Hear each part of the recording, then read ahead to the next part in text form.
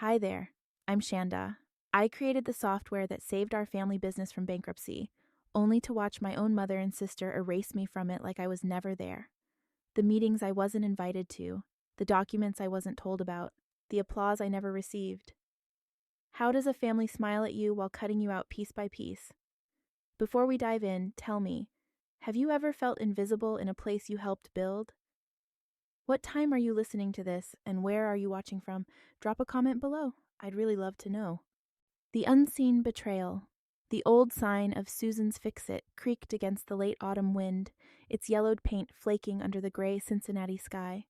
Inside, the fluorescent lights buzzed faintly overhead, casting a pale glow over dusty shelves lined with spare parts and old monitors. I sat behind the counter, my laptop humming quietly, as I scanned through lines of code. It was a routine evening, just another shift in the family shop that had been my second home since I was 17. The place smelled like soldering iron and coffee gone stale. I adjusted the sleeves of my sweater and leaned closer to the screen, tweaking the inventory system, the same software that had pulled our shop back from the brink of bankruptcy. No one mentioned that part anymore. No plaques with my name, no thank you speeches. The system was just something the family had figured out together. At least that's what Susan and Gypsy like to say. I used to think that silence was enough, that being needed was better than being celebrated. But lately there was a gnawing in my chest that wouldn't let me sit still, a whisper that maybe, just maybe, I was being erased one polite smile at a time. Dinner was spaghetti, like always on Sundays. Susan stirred the pot while Gypsy scrolled through her phone at the table, perfectly manicured nails tapping against the cracked screen. I plated my food in silence, waiting for the familiar rhythm of passive conversation. "We're expanding," Susan said, tossing the words out like announcing tomorrow's weather. My fork paused midair. "We?" I echoed, careful to keep my voice light. "Yeah," Gypsy chimed in without looking up. "Bigger space, new branding, a real launch. Mom and I have been planning it for weeks." Weeks. The word echoed louder than anything else said at that table. I forced a smile, twirling my fork through my untouched spaghetti. Maybe they thought they were protecting me. Maybe they thought I couldn't handle the bigger picture. Maybe they had decided somewhere along the way that I didn't belong at that table anymore. Later that night, I sat behind the counter again, the neon sign flickering sporadically outside. Across the street, the windows of the diner reflected slivers of passing cars and scattered laughter I couldn't hear. I traced the rim of my coffee cup, feeling the rough chip on the side where it had cracked years ago but was never replaced. Like so many other broken things in our family, it was easier to ignore than to fix. If they could plan without me once, what's stopping them from doing it again? Outside, the wind picked up, rattling the door with a low, mournful sound. I leaned back in the chair, staring at the ceiling and letting the silence settle in like dust. Something had shifted. I could feel it, I just didn't know yet how far the cracks would spread. The silent erasure. The apartment smelled faintly of old coffee and burned toast, though I hadn't cooked anything. I sat cross-legged on my worn couch, the light from my laptop casting a bluish haze over the cramped living room. The hum of traffic outside was a dull throb in the background as I stared at the email thread blinking on my screen. They had been planning it for months. Susan, Gypsy, detailed exchanges about expansion strategies, brand messaging, and, what stung most, future leadership structures. None of those plans included me, not even as an afterthought. I leaned back against the couch cushions, the realization sinking in heavy and cold. This wasn't a heat-of-the-moment decision. It wasn't a misunderstanding. It was calculated, deliberate. They had drawn a map for the company's future, and I wasn't on it. I was just the cracked foundation they planned to pave over. The loyalty I had clung to for years cracked under the weight of betrayal. I closed my laptop slowly, as if it could shield me from the truth now swirling inside my chest like a blizzard. Days later, Susan called a staff meeting. The repair shop smelled different that morning.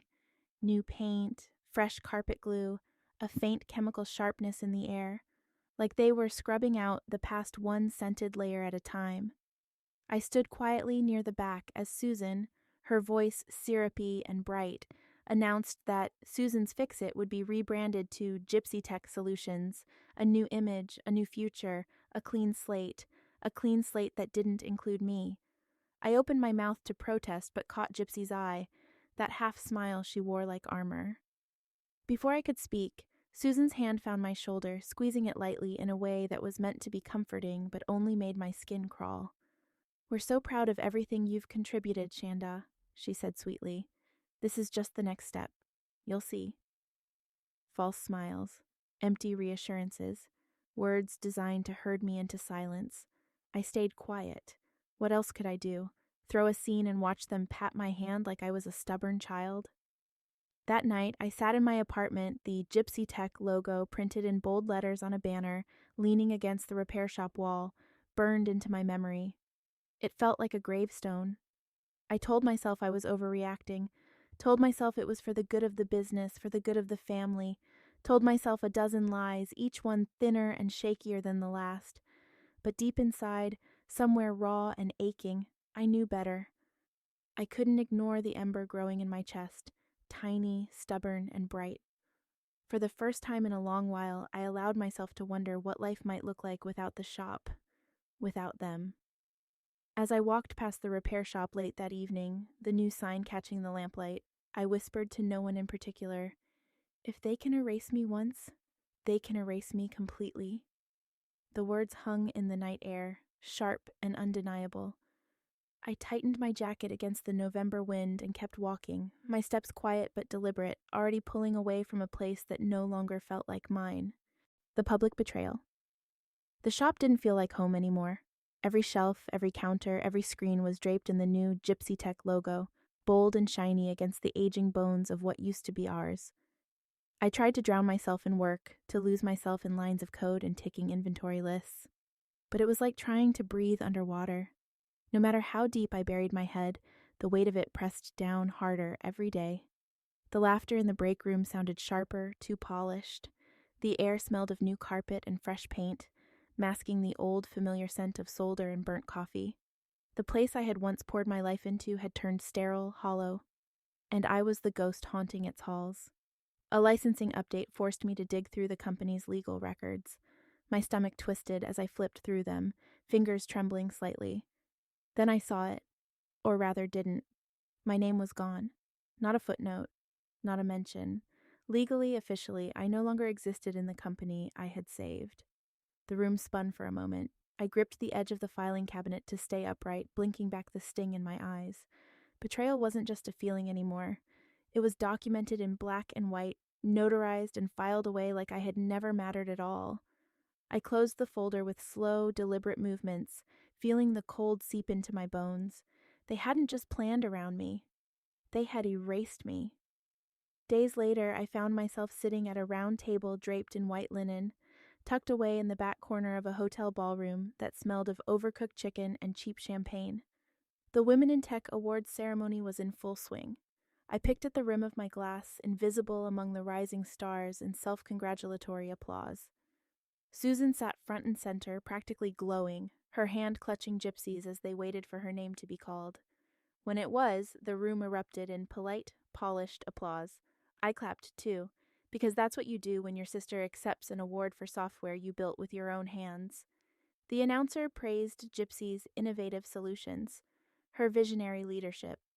Words I had dreamed of hearing once, long ago, when I still believed hard work and loyalty mattered. Gypsy floated to the podium, her smile flawless, her speech even more so. She thanked the family, the team, the community. She even thanked Susan for her unwavering support. My name never left her lips. I sat frozen, each word carving deeper into the hollow that had formed inside me. For a moment, I imagined standing up, shouting the truth. But what would it change? Would they call security? Would anyone believe me? I pressed my nails into the palm of my hand until little half-moons rose in my skin, grounding me in the moment. I heard it again, the small voice I had silenced for years, growing louder now. Maybe it was time to stop protecting people who wouldn't even remember my name when it was convenient. As Gypsy wrapped up her speech, laughter and applause swirled around me like a storm I had no shelter from. I clenched my hands tighter, my breath shallow but steady. They wanted a world without me. Let's see how they survive it. The breaking point. The cold wrapped around me like a second skin as I stood outside the ballroom, the wind slicing through my coat, carrying the echoes of applause I no longer heard. My reflection stared back at me from the glass doors, fragmented and unfamiliar, the outline of a woman who had once belonged here, now blurred beyond recognition. I pressed my forehead lightly against the cold glass, feeling its unyielding surface, grounding myself against the rising tide inside. My world hadn't crumbled all at once. No, it was more insidious. It cracked piece by piece, in moments that didn't even seem important until you looked back and realized the foundation was already gone. Later that night, curled up on the worn couch in my apartment, I scrolled through the event's live stream. There she was, Gypsy, standing under the spotlight, telling the story of how she envisioned and developed the software that saved our company. Our breakthrough came when I realized we needed a customizable inventory platform, she said, her voice smooth, rehearsed. I spent long nights building prototypes, refining the system until it met the needs of our clients. Every lie was delivered so flawlessly that even I could almost believe it. The audience did. Applause broke like a wave as she smiled demurely, soaking it in. I watched in numb silence, the distance between us widening into a chasm no apology could ever bridge. This wasn't just betrayal anymore. It was the public rewriting of history, and I was being erased in real time. Days later, Susan asked me to come by the shop for a quick chat. The office smelled of new furniture and cheap coffee, bright and hollow.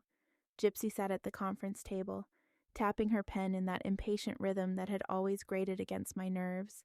Susan smiled warmly, too warmly. "We've been thinking, honey," she began, folding her hands in front of her like she was about to offer a prayer. "With all the changes, it might be best if you focused more on the technical side. Let Gypsy handle the big picture stuff." The words landed with a hollow thud in my chest. "You're so gifted, Shanda," Susan continued, as if sugar-coating poison could make it sweet. "You've always been better at the back-end work anyway." Gypsy didn't even look up. She didn't need to. I nodded. Once. I don't remember standing. I don't remember saying goodbye. Somehow my legs carried me out of that office before I could shatter right there in front of them. That night, lying awake in the stillness of my tiny apartment, something inside me gave way. It wasn't a loud break. No dramatic sobbing, no screaming into pillows. Just a silent, weary snapping, like the last thread on a rope that's been stretched too thin for too long. No more. In the dim glow of my laptop, I opened a blank document and stared at the blinking cursor. A cold, calm certainty settled into my bones as I typed 3 simple words into the title bar. Plan B begins. The quiet rebellion. The apartment felt too small tonight, its walls closing in with the weight of everything I could no longer ignore. I sat at the kitchen table, a lukewarm cup of tea forgotten beside me, staring at the crumpled paper Susan had handed me during the family meeting. At first glance, it looked harmless. "A position adjustment," she'd said with a smile too tight to trust. "Just paperwork, just a formality." I had signed it then, too weary and too hopeful to question the trap hidden beneath the pleasantries. Now, under the harsh light of my desk lamp, the truth bled through the fine print. It was a resignation. A complete, legally binding surrender of my executive rights. No accidents, no misunderstandings. They had orchestrated my fall with the precision of surgeons, cutting me away from the company with clean, sterile hands. My throat tightened, but no tears came. Only a sharp, cold clarity, settling in my chest like frost. The part of me that had clung to hope, the child who wanted to believe that family meant protection, finally curled in on itself and died a quiet death. There would be no confrontation, no dramatic showdown in the middle of the shop floor. They weren't worth the spectacle. I opened my laptop with steady hands, the screen's soft glow reflecting in the window beside me. I moved quickly, methodically, setting up a new LLC under my name. A small fortress built with signatures and passwords this time, not blind faith. Piece by piece, I initiated the transfer of full intellectual property rights for the software I had created. The system that had saved them would no longer be theirs to twist and claim. They had used my silence against me. Now I would use their arrogance against them. It was a lesson carved deep into bone. Power didn't come from shouting in boardrooms or demanding credit. It came from outlasting, outmaneuvering, outbuilding, quietly, relentlessly.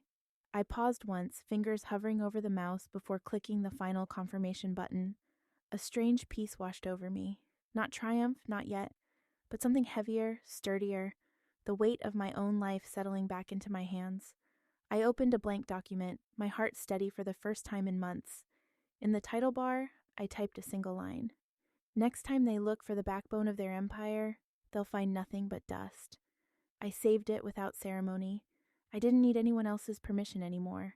Not their approval, not their love twisted into chains.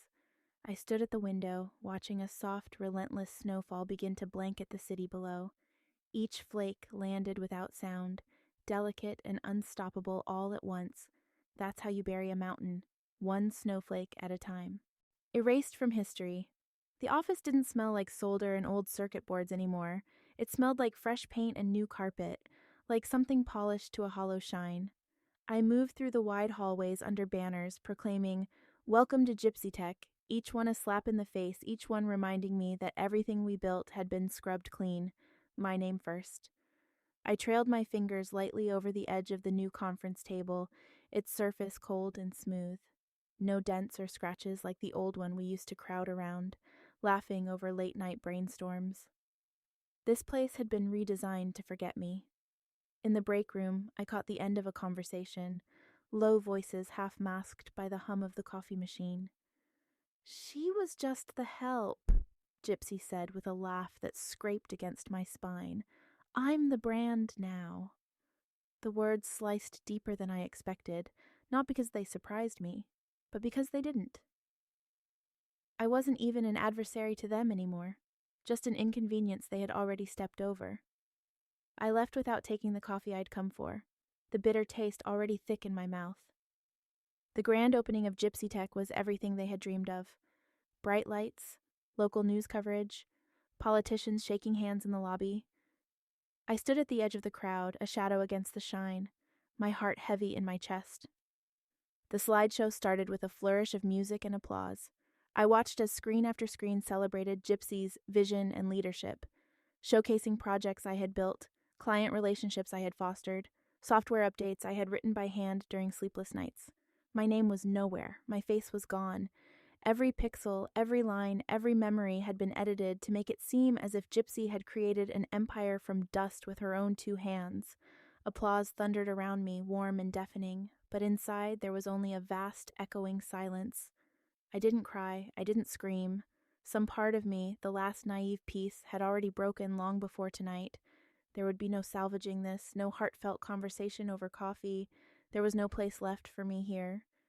But there was still a place for me in the future, a future where I would not be erased. I didn't stay for the speeches. I didn't stay for the toasts. As the new CEO's celebration roared behind me, I slipped out the side door into the biting December air. The cold hit my lungs like fire, but it felt cleaner somehow, freer. I didn't look back. In my mind, I spoke a final goodbye to the building I had once loved, to the people I had once trusted. This was your last applause. The silent war begins. The city pulsed with holiday lights and carols, but inside my apartment, there was only the low hum of the heater and the sharp tap of my finger against the contract packet spread across the kitchen table. I stared at the documents, the quiet culmination of weeks spent preparing in the shadows. Beyond the window, Cincinnati sparkled like a promise I no longer believed in. The office slideshow kept looping in my mind. Gypsy's carefully staged history of Gypsy Tech, painting herself and Susan as pioneers of innovation. Every project I had built, every sleepless night coded into existence, scrubbed away like a coffee stain wiped clean from a table. My hands had stayed folded in my lap during the presentation, but inside, something had shifted permanently. They hadn't just stolen credit, they had stolen my identity. I hadn't even been worth a footnote. In the break room afterward, the air smelled of burnt coffee and cheap celebration. I heard Gypsy laughing, recounting to a coworker how some people just aren't cut out for the spotlight. The final thread frayed then, and something cold and crystalline filled the empty space inside me. That night, under the soft hum of my laptop, I wrote the final words of a document I had started weeks ago. It was simple, clinical, a termination of licensing rights, effective immediately upon delivery. No confrontation, no yelling, no begging them to see me, just the stroke of a key, sharp and final as a guillotine. I set the email to send at 9 a.m. sharp on Monday morning, when the week's chaos would be just beginning. I leaned back, letting my hands fall into my lap, my heart oddly still. For the first time in years, I didn't second-guess myself, didn't wonder if I was overreacting, didn't hear Susan's voice in my head reminding me to think of the family. They had made this war. I was just ending it. As midnight approached, I stood at the window, watching snow tumble under the flickering streetlights. Each flake spiraled slowly downward, disappearing into the already blanketed streets. My phone buzzed on the counter. I picked it up without hurry, reading the company-wide email announcement. Celebrating a new era, congratulations to Gypsy Willis and the Gypsy Tech team. I smiled faintly, a slow private smile that didn't touch the parts of me they had tried to erase. Bright lights burn out the fastest. I whispered it into the empty room, into the falling snow, into the night that was mine again. The collapse. Monday morning arrived heavy and gray, the kind of cold that seeped through your coat and into your bones. I sat at a corner table in a coffee shop downtown, hands wrapped around a paper cup more for warmth than thirst, watching the blur of people rushing past the window. They had no idea. Inside Gypsy Tech's pristine offices, chaos was already unfurling like a poisoned vine. At exactly 9 a.m., the licensing rights to the software expired. The heartbeat of their operations, the system I had built from scratch, stopped beating. Orders failed to process. Inventory records scrambled into nonsense. Customer dashboards crashed into blank screens. Panic didn't explode. It rippled, spreading outward with the slow, horrifying certainty of a cracked dam ready to break. I could almost feel it from here, the buzzing of desperate phones, the frantic emails, the emergency meetings. By noon, the first major clients had pulled their contracts, citing breach of service agreements. By 2, the local business forums lit up with rumors. Gypsy Tech wasn't bleeding, it was hemorrhaging. I took a slow sip of my coffee, the bitterness grounding me in the moment. I wasn't rejoicing. Not exactly. It wasn't victory I tasted, it was vindication. By late afternoon, my phone vibrated against the table. I let it buzz twice before answering, already knowing who it was. Susan's voice crackled through the receiver, strained and breathless. "Shanda, honey, listen. There's been a mistake. We need your help, please." There it was. The plea wrapped in apology, too little, too late. I said nothing, letting her fill the silence with half-formed justifications and desperate reassurances that family sticks together. I stared out the window at a pigeon picking its way through the slush, its movements slow, deliberate. When Susan finally paused to breathe, I said the only 4 words I had left for her. "This isn't my problem." I hung up before she could answer. I didn't need to hear the excuses. I had heard them all before, in different forms, dressed up with different lies. I leaned back in my chair, the old tension sliding off my shoulders like a winter coat shrugged to the floor. It wasn't triumph I felt, not quite. It was heavier, quieter, freedom, tinged with grief. Later, walking home through the fading afternoon light, my phone buzzed again. Breaking news, local tech company faces sudden downfall. I stopped at the crosswalk, letting the words sink in. I smiled sadly, slipping the phone into my pocket, and whispered into the wind. They buried me first. They just didn't expect me to grow roots. The resolution: moving beyond the past. The river was frozen, a silver sheet stretching far into the horizon. I walked alongside it, boots crunching against the brittle ice lining the sidewalk. The air was sharp, each breath cutting clean through my chest. But for the first time in years, I didn't mind the cold. There was a heaviness to the world without illusions, without the stories we told ourselves to survive. But there was a lightness, too, the kind that comes from shedding chains you forgot you were wearing. The news spread quickly. Gypsy Tech collapsed fully within weeks. Bankruptcy filings, lawsuits, whispers in every boardroom and business article.